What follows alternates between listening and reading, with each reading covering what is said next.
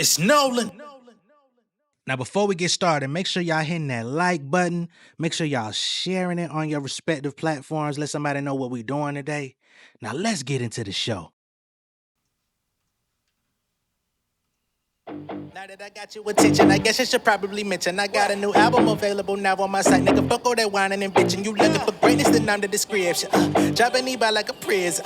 Twisting your brow like ignition and split, nigga. That's what I call on the vision. I'm finna infiltrate, you cannot imitate. I'm from a pedigree, this is not Triple H. I took a road, you can't travel like Triple A. Do the impossible, just like a triple play. Genuine energy, I am not Timberlake. But a nigga too insane. Truck for the money, but to pull up in the ring. So I can give a what the fuck about what a nigga think. I'm on some new shit, elevated my rubric. I'm an industry nuisance, giving my 2 cents. Telling niggas what the truth is. It ain't even about music. Everybody wanna know the cheat code. Bitch, I got bops on reload. I was just on live 2 hours straight. Ain't playing not one repeat song. I'm ready for the spotlight. I was on the block like a stoplight. Every day I catch lightning in the bottle. The niggas told lies, but not hitting spots twice. Couple years I was living on fried rice. Like a tree when I got to eat Popeyes. Gotta feed them and get your whole top 5. Spit heat on top like a rabbi. It's no.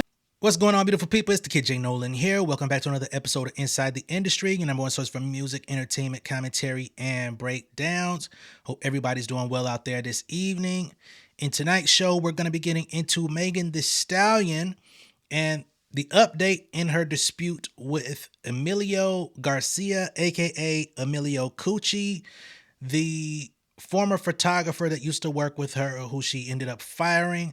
He sued her for unpaid wages and some form of sexual harassment of him allegedly witnessing Megan getting down and dirty with a young lady in the back of a car while in abroad. I think they were in Ibiza or something like that, supposedly. Okay. Looks like he's been trying to verify that he was in fact an employee of Megan Thee Stallion, although he was on contract. He's trying to say that he was working directly for Roc Nation, which also has been an issue of dispute since they've actually shown his contract showing that he was a contracted gig worker. He's trying to get wages for hourly pay versus whatever they agreed to pay him, right? They were paying him a monthly stipend of a certain amount of money. I can't remember the exact amount that it was, but at some point, Megan decided that she was going to pay him less, and he's angry about it. And he wants Desi Perez from Roc Nation to be subpoenaed. He wants somebody else from Roc Nation to be subpoenaed, and they're giving him a hard time about that, okay? So we're going to go through some of that paperwork. We're also going to do a quick update on Milagro Gramz, as she's very angry. You know, one of her lawyers just dropped out from her situation with Megan. We also have Tory Lanez out here grandstanding, having people signing petitions and all types of stuff. But apparently the contact between Tory Lanez and Miss Milagro doesn't seem to be so sanctimonious at this current point. Okay. We've got some audio of her talking about the situation. I don't know if she's on good terms with Unite the People, which is her remaining, counsel. Seems that things are a little bit, let's just say, challenging between all parties in that situation as well. So Milagro's not a happy camper right now. We're going to get into all of it, but first let's start with Emilio Garcia, because we've been waiting for a minute to see what's going to happen with this thing. All right. So this is an entry sent to the judge who's presiding over this case, and this is coming from, let's see, the parties' respective positions. Okay. So, dear Judge Woods, Plaintiff Emilio Garcia, plaintiff and defendants Megan Pete, a.k.a. Megan Thee Stallion, Miss Pete, High Girl Touring, LLC, Megan Thee Stallion Entertainment, Inc., and Roc Nation, LLC, together the defendants, write jointly to request a pre-motion conference regarding plaintiff's anticipated motion to compel the depositions of Roc Nation's Chief Executive Officer, Desiree Perez, and its Chief Financial Officer, Sean Mulville. Okay, now for context, remember, Megan Thee Stallion is managed by Roc Nation, okay? She's got co-management from T. Ferris, who's been with her from the beginning. He was with her during the 1501 days. As she made her transition to Roc Nation, T. Ferris remained loyal with Megan, all right? even sacrificing the 1501 relationship, although he was helping them to get started. Right? He goes on to Rock Nation. Then she's now, being day-to-day getting advice from Desi Perez and others at Rock Nation. So they're overviewing a lot of things on behalf of her, and then she makes the final decisions, right? Which ends up being a source of contention with Emilio. So they say, counsel for all parties have met and conferred as described below on these issues prior to requesting a pre-motion conference, but have been unable to resolve the dispute. So they need the judge to come in and, drop the hammer. The parties' respective positions regarding deposition of Desiree and Mauve Hill. Okay, plaintiff's position. As of May 16th, 2025, asserting the Apex Doctrine, defendants, and the plaintiff in this is Emilio. Okay, defendants are refusing to make Ms. Perez available for a deposition and are only making Ms. Moville available for 2 hours over Zoom. Plaintiff asserts both are precipient witnesses to the underlying facts of the case and should be subject to examination as their knowledge of same. When considering whether to allow the deposition of a corporate executive, the court must begin with the proposition that plaintiffs have no burden to show that the deponents have any relevant knowledge. The court considers the likelihood that the individual possesses relevant knowledge, whether another source could provide identical information, the possibility of harassment, and the potential disruption of business. Okay? Senior executive are not exempt from deposition, and because principle relating to Apex witnesses are in tension with the broad availability of discovery, it is important to excuse a witness from giving testimony only in compelling circumstances, all right? So getting to the nature of Desi and Sean. They say Desi Perez and Sean Moville are identified defendants, Rule 26 disclosures as witnesses with discoverable information concerning, among other things, plaintiff's independent contractor services with Rock Nation's counsel as a point of contact. And remember, if Homeboy was working for Megan, even in the state of California, he showed the updates in the state of California's gig worker guidelines. As a photographer, he was a gig worker. He was never an employee. But for whatever reason, he's still pushing this because that's where his opportunity to make money is, other than the harassment claim. So as it pertains to Sean Moville, Mr. Moville should be contacted only through counsel for Rock Nation. Mr. Moville may have discoverable information concerning, among other things, plaintiff's independent contractor services. Same thing for Desi Perez. Okay. Now they say, see Exhibit A, true and correct copy of the pertinent page of defendant's disclosures. And defendants are correct in their Rule 26 disclosures that both have discoverable information. In May 2024, Moville submitted a declaration in support of defendants' removal of this dispute, dockets 1 and 2, declaring under penalty of perjury having personal knowledge that plaintiff was never an employee of Rock Nation. Rock Nation never hired or terminated plaintiff, nor did it have the ability to do so. Rock Nation never directed plaintiff on his work. Rock Nation never had control over the terms or conditions of plaintiff's work. Rock Nation did not pay any of plaintiff's invoices for his work for any of the defendants. Rock Nation never controlled the terms of plaintiff's compensation. Rock Nation has never issued a Form 1099 or a Form W-2 to plaintiffs. So Moville says he never worked for us. We never even hired him. He came with Megan because their agreement predates Megan's being managed by Rock Nation. They say we never terminated him either. It was Megan's choice to get rid of him. We never told him how to do his job. We never took control over the terms and conditions of his contract. We didn't personally pay none of his invoices, okay? We never controlled your compensation to say how much you should get. And we never issued any type of legal, forms to the IRS to say that you were 1099 or W-2 for Rock Nation. You weren't even a contractor for us.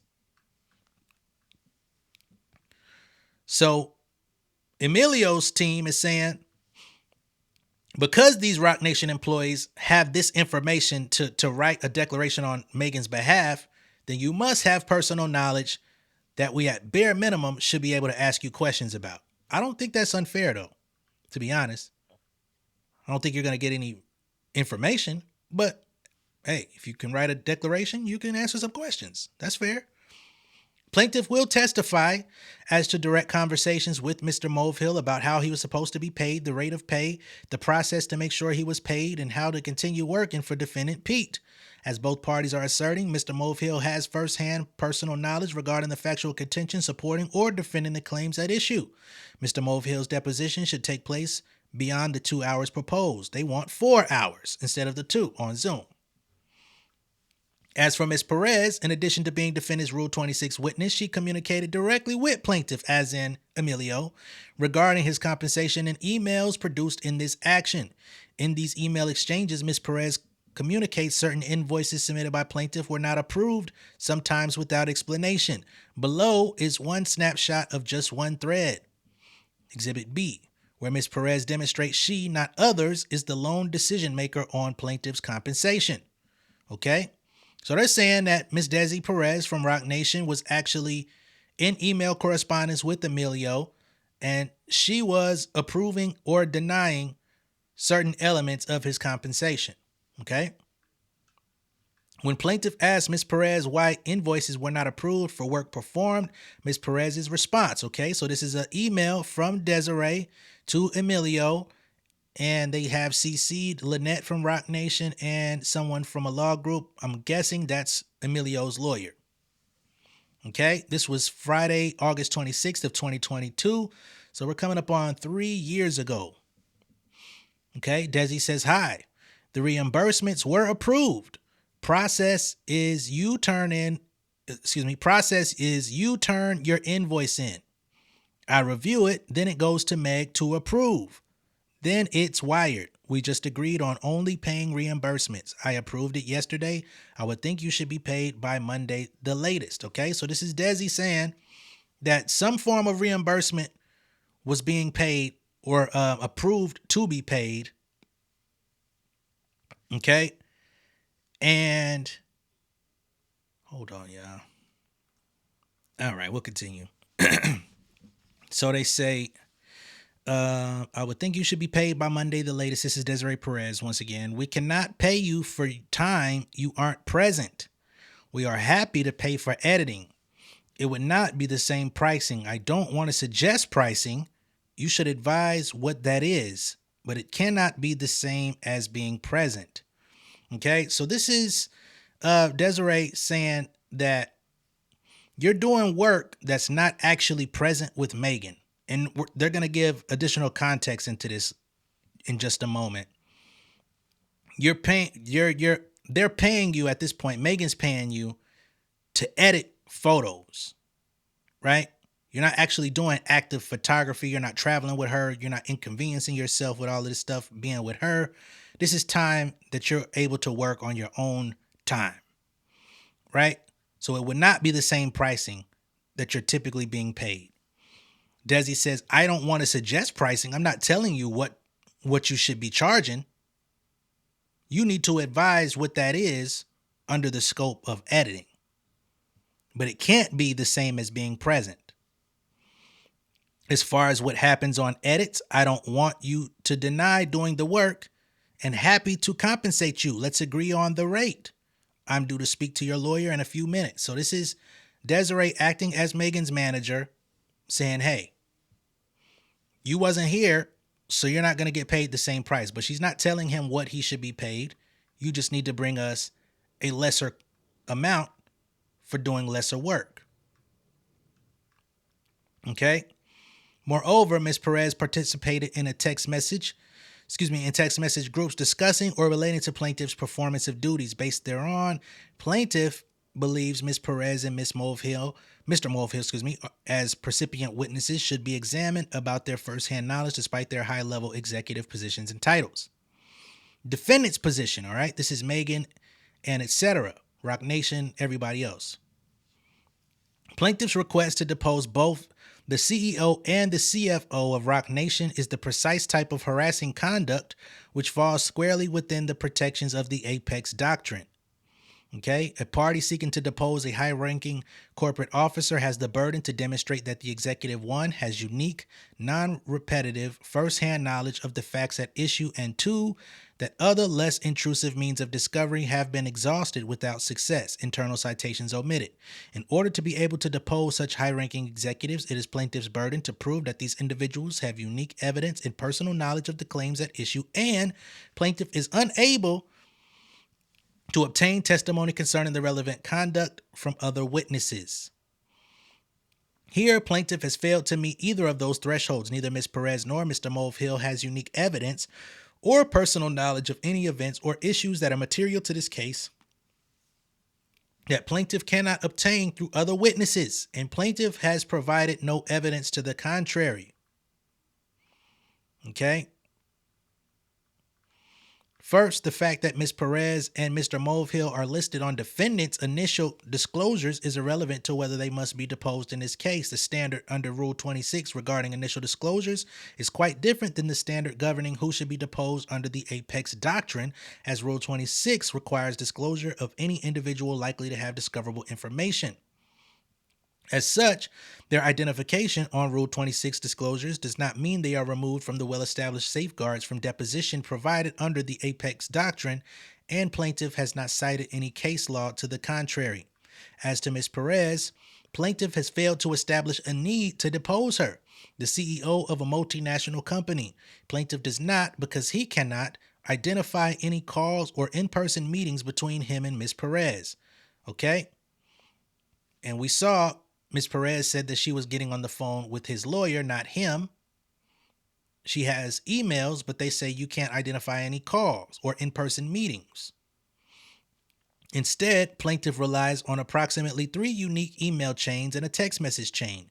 The 3 email chains between Ms. Perez and himself and others over a 5-year-plus time frame both speak for themselves and do not establish any unique evidence that Ms. Perez may possess, which is unavailable elsewhere. Indeed, in one of the few emails she is on, Ms. Perez notes that she reviews invoices such as plaintiff's, and then it goes to Megan to approve. Thus, plaintiff is flat out wrong when he contends above that Ms. Perez was the lone decision maker on plaintiff's compensation. She says that she's going to send it to Megan for approval.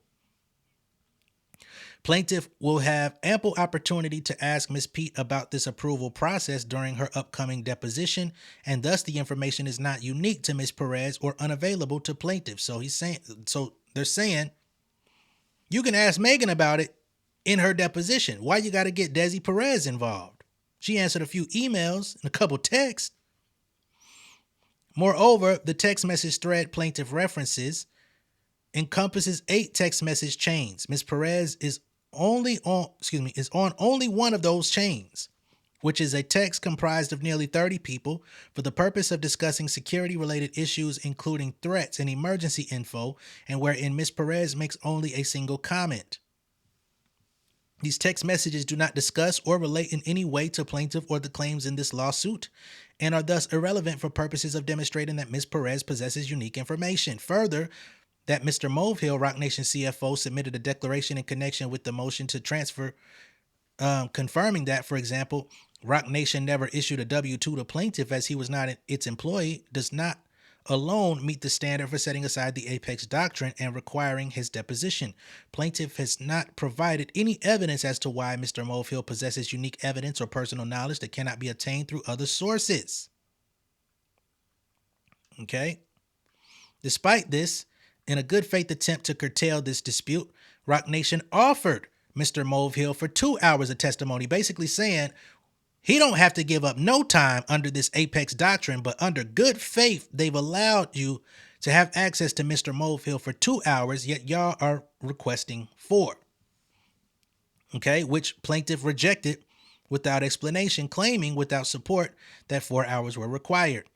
This underscores the harassment at play here. Further and notably, plaintiff has not detailed any attempts to seek the information he purports to need from Ms. Perez and Mr. Mulvihill from any other source, which further underscores Roc Nation's position that these depositions are improper and unnecessary under the Apex Doctrine. Indeed, at the very least, Plaintiff's request for these depositions is premature. Okay, summary of meet and confer efforts. From April 12, 2025 through May 15, 2025, the parties have exchanged emails, meeting and conferring on various discovery terms, including setting up the depositions of approximately 8 witnesses. On May 7, 2025, counsel even met and conferred over a Teams video conference. Of the various discovery issues discussed, the depositions of 2 witnesses, Ms. Perez and Mr. Move Hill, still remain unresolved. Conclusion: despite their good faith efforts, the parties are unable to resolve this dispute without the court's intervention.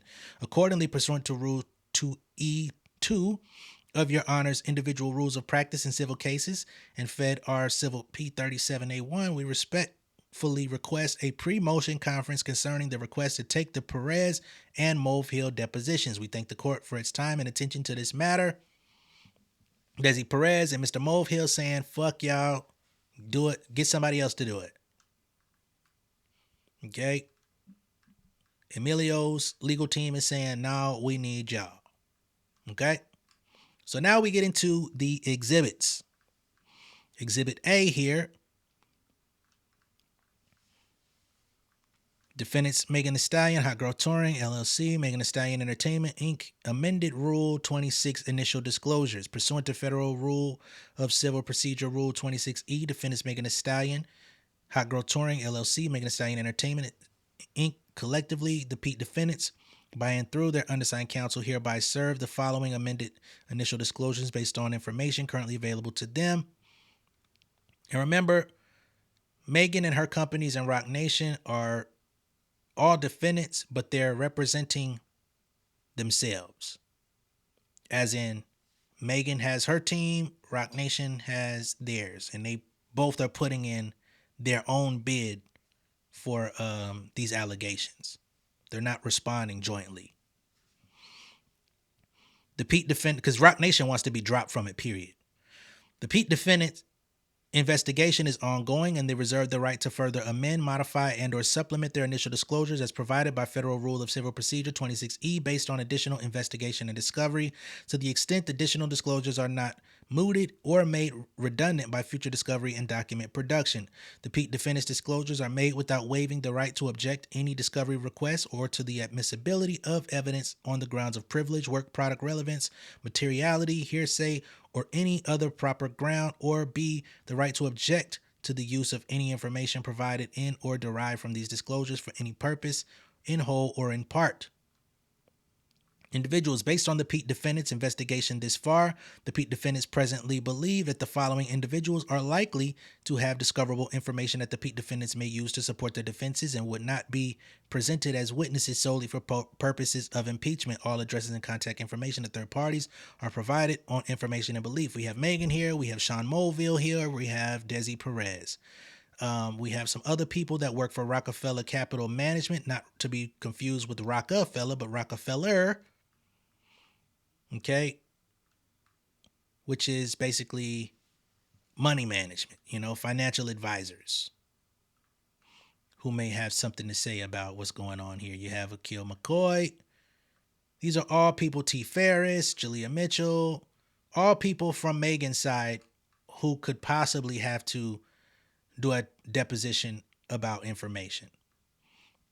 In addition to the individuals listed above and on information and belief, Plaintiff Emilio Garcia has discoverable information that the Pete defendants may use to support their defenses in this action, including from the following individuals. This is himself, Emilio, because he is the one suing and he's the one with the issue at hand.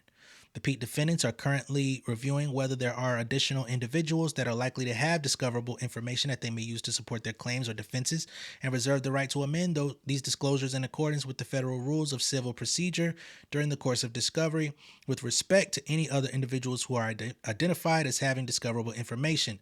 The Pete defendants also reserve their right to object to discovery requests, notices of deposition, or subpoenas directed to any or all of the individuals identified in these disclosures or the disclosures submitted on behalf of any other party.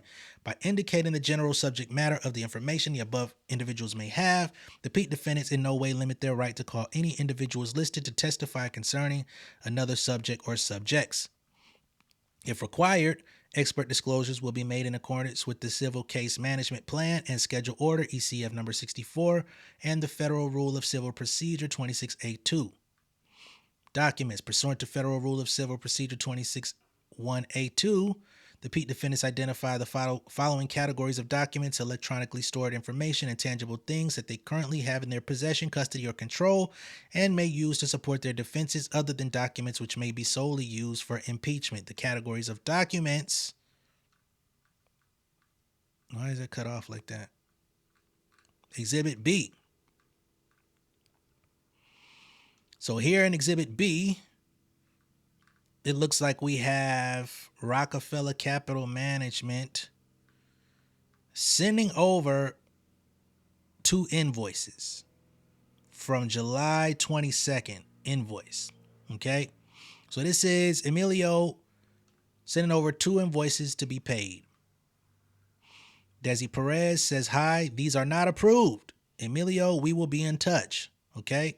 So whatever was, and I believe these invoices are the exact email that Desi was responding to before that we read. They're going to get into more context.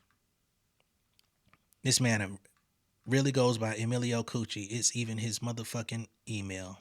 Good God. So he says, hi, looping in Mezion, my attorney for visibility. Okay, so this is August 11th, 2022. Desiree was August 11, 2022, 1:35 p.m. He gets his lawyer involved at 1:48 p.m. Desiree says, cool, let's not waste everyone else's inbox, taking them all off. Hi, At 1:52 that same day, at 5:41 says, Desiree, nice to connect via email. What isn't being approved and why? Okay. Desiree says, hi. The time that he wasn't available to be present, please give me a call for your convenience. So I guess they then got on a call to, get more details as to why the invoice wasn't approved. Okay, this is time that he was not there, but he was working on edits. Can this get resolved as soon as possible? As this invoice is now 6 days past due, and it is imperative that I be compensated for my work and time. This one is coming from Emilio. We now have Lynette from Rock Nation saying, good morning. Thank you for responding. I will set time for you to speak to Desiree today at 1 p.m. Make it a good day. Okay, so we've got another call here for August 26th. Lynette says, hey, I'll get you in contact with Desi. Same day, 9:28 a.m. Desiree says, hi, of course, but we believe we are overbilled. We can't pay for that. You can isolate the issue and resend the invoice is all I can suggest, but I'm jumping on call today with your attorney. Same day, a little over an hour later, Emilio says, Des, please confirm my reimbursement for travel expenses were processed as discussed. This should not be held up. When can I expect this in my account? As far as my remote 2 weeks of standby work, please send an email on how you want to handle the month of July. 2 weeks were in person and 2 weeks were on call with editing work. Please clarify what you would like to do on payment and allow me to get my payment taken care of today. So he worked 2 weeks out of the month with Megan. 2 weeks he was not. But he wants to be paid as if he spent all 4 weeks working with Megan, traveling, taking photos. Desiree Perez is saying, hey, we can't approve that Megan pays you the same rate because you weren't doing the same amount of work. You was working remotely. You were at home. You were able to work when you needed to just to do editing. So why would you be paid the same amount as if you were actually with Megan? I don't see where that's incomprehensible, but here he is. So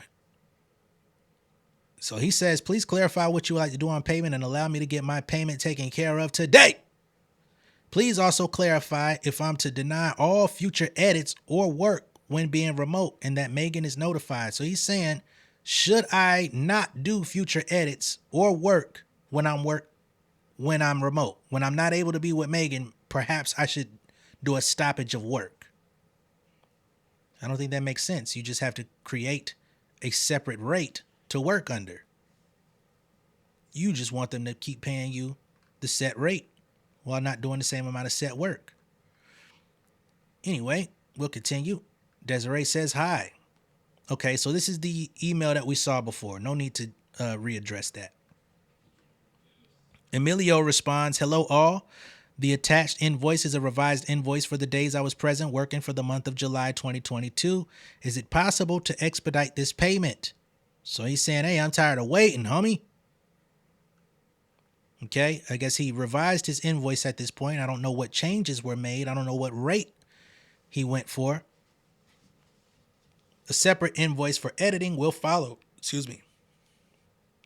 So 43 and 44. Excuse me. Desiree. Okay, so that's cut off. Exhibit C. It's me. Oh, please send her to me. I had to do it.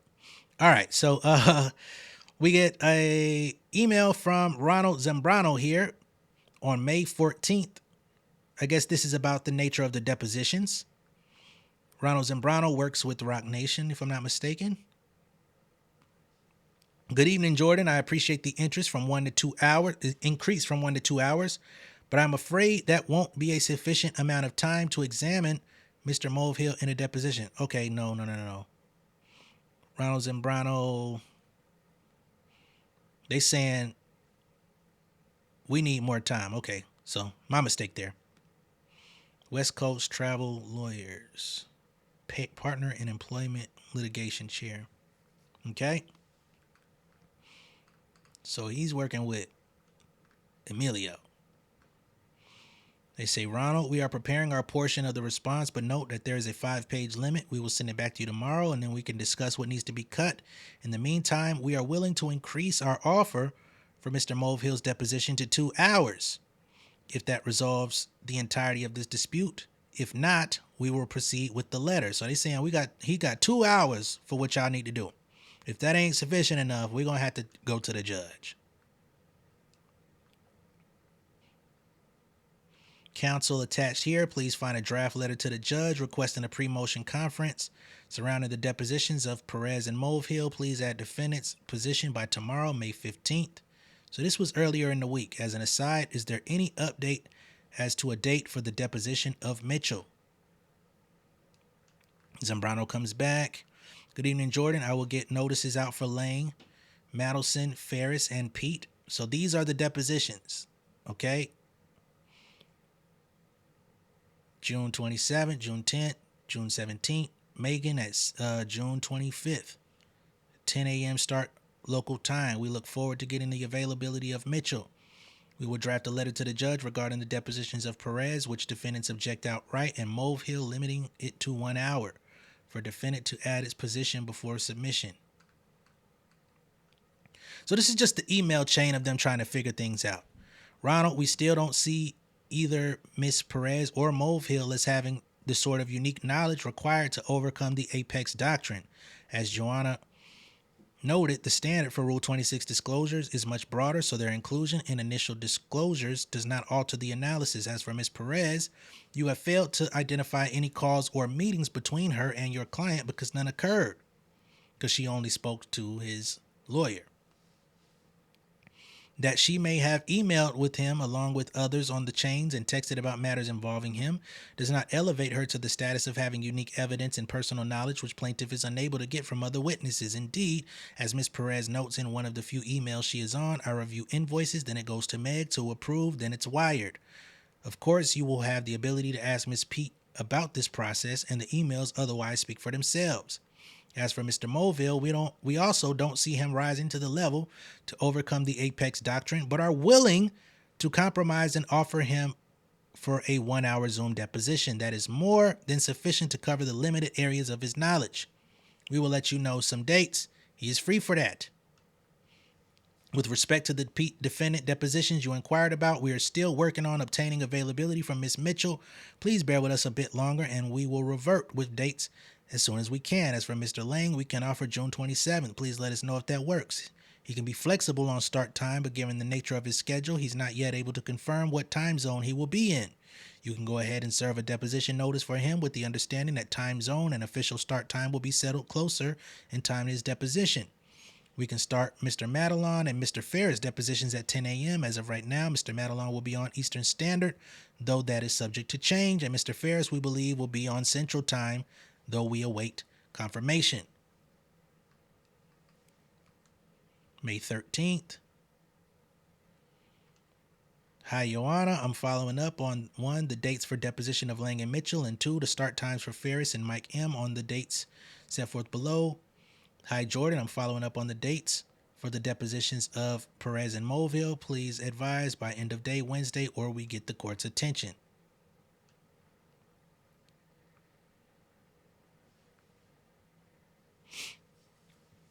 So this is going backwards. Joanna, I forgot to ask, confirmed during our meeting. So this is all the email chains about depositions, all right? May 2nd. They're going back in time. We know where they at this point.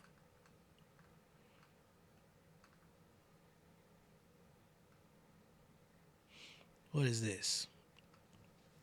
Good afternoon, Joanna. Thank you for providing the dates for Miss Pete. One of those would definitely work, so okay, cool. With regards to ESI production, turns out my description was a bit too simple. My apologies, as I'm learning this level technical parlance for the first time. What we'll send to you will not be just an Excel workbook, but also corresponding folders that will contain the native files. I'm waiting on our digital forensic expert to give me a time frame when this can be proposed. As for the protocol itself, it doesn't look like we're going to make changes, but I'm also waiting on final confirmation at that point. But my expectation is to get you a signed protocol by next week and an ETA of production of the ESI by next week. Okay.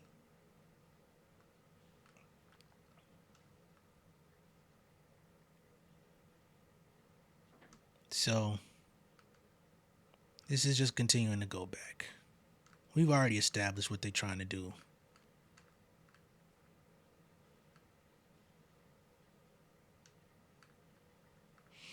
Just showing all the emails of them trying to get this worked out. I'm not going to sit here and go through all of this.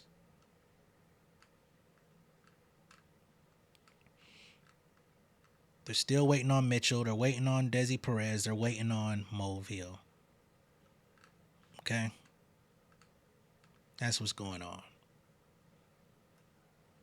Now, let's try to get to Milagro and her dysfunction, okay? Because she is apparently mad at Tory Lanez, all right? This is an update from Opinionated Truth. She says, Milagro Gramz seems to be very upset with Tory Lanez to where she's unfollowed him on social media. I had no knowledge of that. She's upset allegedly because he hasn't acknowledged her, reposted her, or thanked her. Unite the People have not returned any phone calls. Her lawyer withdrew from her case with Megan Thee Stallion. Also, Milagro seems upset that Tory texts and calls streamers, bloggers such as Jason Lee, Trumpster former Congress Deanna London, including all the celebrities. So let's play her audio and see what her source of irritation truly is. Comment because I already know what people want to do with it and what they will turn it into in the media space. So I unfollowed Daystar on Instagram because I don't want to look at you. It ain't no beef or nothing. You don't have to feel like it's this or that. But I just have no comment. So I would appreciate if when you came to my Instagram, don't ask me about him. Okay, so she's trying to isolate herself completely from Daystar, aka Tory Lanez. You know, it was just a couple months ago she was saying she kind of regretted going up for him because there was nothing in it for her. But she's been simultaneously going up for him for the past 5 years. You come in any of my spaces, just don't ask me about him. We don't even have to talk about him. And we can leave it just straight like that. So I have no comment. I want tear him down. I won't see. You ain't gotta. Nobody, no human in life has to feel like, oh, she gonna get vindictive and go online and start saying it. No, I will not weaponize my proximity in any type of way. I will not start. Well, because I was of it. No, none of that. I have no comment. No comment. And I'll leave it right there. So I just told you, I unfollowed him. It say follow back because I don't want to look at you. Don't ask me nothing. Don't ask me for no update. Don't ask me what's going on. Don't ask me shit. I still did a show and covered that press conference, reposted that link, signed that petition because I believe that he's innocent and he should be free. I don't walk back anything I said. I stand on everything I said. None of my feelings about that have changed. I feel exactly the way I've been feeling. Same way. So I wonder what would make you unfollow him and be disgusted to where you don't want to see him. Him shooting a woman wasn't enough for you to not want to see him. So what could it be to where you don't want to see him now that he's just gotten stabbed up? He's doing a press conference trying to get up out the joint. You said you signed a petition. What on earth could it be that you don't want to see? Strange. I just did a show the other day and I re-uploaded the fucking live in the YouTube space so that they could also see the press conference in full. Hour long. I put the link, pinned it at the top, and asked everybody to go sign it. So, yes, still feel how I feel. They said that's what they've been wanting. Don't give it to them. I'm so sorry to you. I'm so sorry to you. If that is what they wanted, okay, then that's what they're going to get. Sorry. So, like I said, don't ask me anything. So he won't have to be a topic of discussion. And that's it. No comment. What did Milagro say about all of this? No comment. Okay? Okay. And if you see me following him on anything else, let me know so I can unfollow that too. But I don't think I have a new page that says so no more Daystar coverage. No. I want you to go get your Daystar coverage from all the celebrities reposting free him. I want you to go get your Daystar coverage from Jason Lee, who's getting the text messages. I want you to get your information from academics who gets the phone calls. I want you to get your information from Aiden Ross who gets hit up. I want you to get your information from the bloggers that go on YouTube and shout him out that get reposted. Ah, so she's angry because she's not getting the inside scoop first. All these other motherfuckers, the celebrities are getting the text to go sign his petition, right? Which also confirms there's somebody out there on social media who's telling Tory Lanez to stop calling them. I'm not fucking with you. I'm not signing your weak ass petition. Quit calling me. I saw somebody earlier say that. Now she's literally saying that all these people are getting the calls and the texts to support him, getting information. But apparently he's cut her off. So she's saying, yeah, you can't cut me off. I'm going to unfollow you. Since you want to be yucking it up with all these people, I've been going up for your ass for 5 years, and it's the thanks I get. I want you to get your information from who else? Miss Diana. I want you to get your information from Gianno Caldwell. I want you to get your information from Unite the People. Did I miss anybody? Everybody that gets love, everybody y'all didn't heard get a shout out and all that. Da, da, da, da, da. I want y'all to get your information from them. Everybody that got a shout out.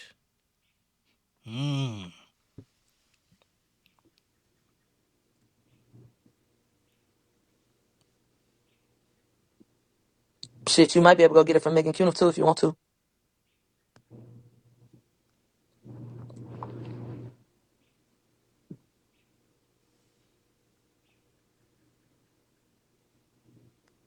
Somebody said you got mentioned in a song. We'll go play it. Go ahead. Turn it up real loud. Let me tell you something. Even when times was hard, I ain't have to eat crumbs. I still had a piece of bread. You understand? Crumbs. What I told you about me. I used to have to eat syrup sandwiches. I ain't say the crumbs of the fucking bread. I said we used to have to put jelly on bread and eat it. I still had a slice, nigga. But he was sending you crumbs before. He only got a couple $1,000 of love. He was sending you crumbs the whole time.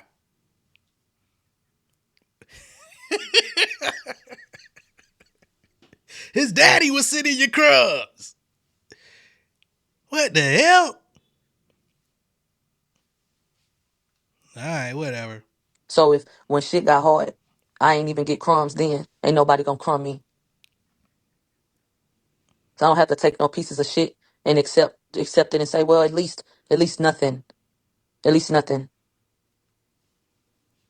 If it's an idea, Maybe it wasn't crumbs. Maybe they were giving you some, some granola crunches. You feel me? Maybe it wasn't crumbs. Maybe it was granola. in the public space, that distance needs to be created. And if 1+1 = 2, and it looked like that's what's happening, I'll create the distance for you. It's I put a saying online that y'all had never heard of. They said I was country as fuck because I said you buy a nigga a tooth and he'll go smile at another bitch face. They said I ain't never heard that, so I'll give you another one. Don't never let a nigga tell you he don't want you twice. Don't want you. Generally speaking. So a nigga come and tell you he don't want you, help him pack his bag. That's what you do. So listen, Sound like a simply deeper put. type of hurt. So don't wait. If you feel like it looked like such and such, even if it ain't, oh well, it's shit. This look like a pattern at this point. If that's how it is and that's what it is, then let Pattern. me do it for you.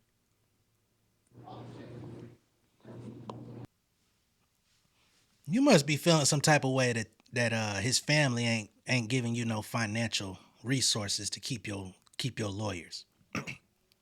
I'm sure they're trying to separate the money from you because they already have payments being investigated. But let me not, I don't know. Don't put that on the record as that's what's going down. I'm just speculating. I ain't even gonna say that's my opinion. I'm just wondering. Shit ain't gonna hurt me. I mean, or make me feel like I don't give. Like, it is what it is what I say. So if that's what it is, then shit, okay. Like y'all saying, he can't do this or that because you fighting a case. Okay, then don't follow me either. Then don't do that. Don't do nothing. Somebody said you need to talk to us. I don't need to do shit. But what the fuck I just said I'm about to do? Nothing else. I'm looking at some of y'all comments. Don't care. They said try not to be too emotional. I don't think that I'm being too emotional. I think I'm being very clear, and I think I'm creating a boundary, right? Or what? How am I being too emotional? All I said was, once again, just don't ask me shit. We don't have to talk about him no more. They said I think you overreacting. Okay. They said you do sound a little scorned, babe. In 7 months, Unite the People has not reposted my campaign. You Hmm. said I sound a little scorned, and my lawyer just quit. Mm. You see what I mean? And so it's always gonna turn into he going through something. So how dare you feel like this? You see? What was he supposed to do? I'm scorned and I'm overreacting. Okay. So we won't have to overreact no more because we won't discuss them no more. How about that? See how I saw that problem? Let me go tweet. I'm an angry black woman. Oh Hold on. Lord. If you don't want me, then don't talk to me. You know, go ahead and free yourself. Go ahead and, yeah, if you don't want me, you don't talk to me. That's fucked up. Best wishes. Now here we have opinionated troops once more stating Milagro Gramz crowdfunding campaign she made due to being indigent to retain a lawyer for defamation civil suit she's in, as the defendant with Megan Thee Stallion has been in question to spectators. Milagro put the amount raised in private from her donors, which was true. People saw the initial 20 that she raised, but after that, it was hidden. She claimed I think you mean Unite the People, lawyer needed 100K to even do her case. She told her followers she allegedly sent 15K and an additional 25, so that'd be a total of 40, allegedly. Some spectators noticed she was out spending money for Lululemon. Come on, man. Niggas is pocket watching. They say, hey, you say you got no money. You out here Lululemoning it up. Lululemon, a lot of DoorDash orders of Fit the flow, eat hibachi. Damn, they tripping. Taking trips to Huntsville to purchase laptops for her granny that she claims had mild dementia. What she need a damn laptop for? Allegedly. They noticed a lot of purchase since the campaign. So she been out here balling? She been out here balling on that fucking Give, Send, Go? She says, well, I received a DM from someone that allegedly messaged Unite the People on things she said about them negatively and how much money, SGE, she sent them allegedly. According to the message, Unite the People responded. Okay, so this is not definitive. This is alleged DM of someone going and speaking to Unite the People. Says, I can't believe that is true because she did not give us the full $18 or $18,000. She sent us a portion of it, and that entire portion went to that attorney. And of course, I have all the receipts of any transfers. But beside, damn, there go the fucking logo in the corner. I don't even think y'all can see it because this shit is blown up so big. But besides that, what she paid, I have personally paid $50,000-$60,000 to that attorney. So I would really hope that she wouldn't be bashing us.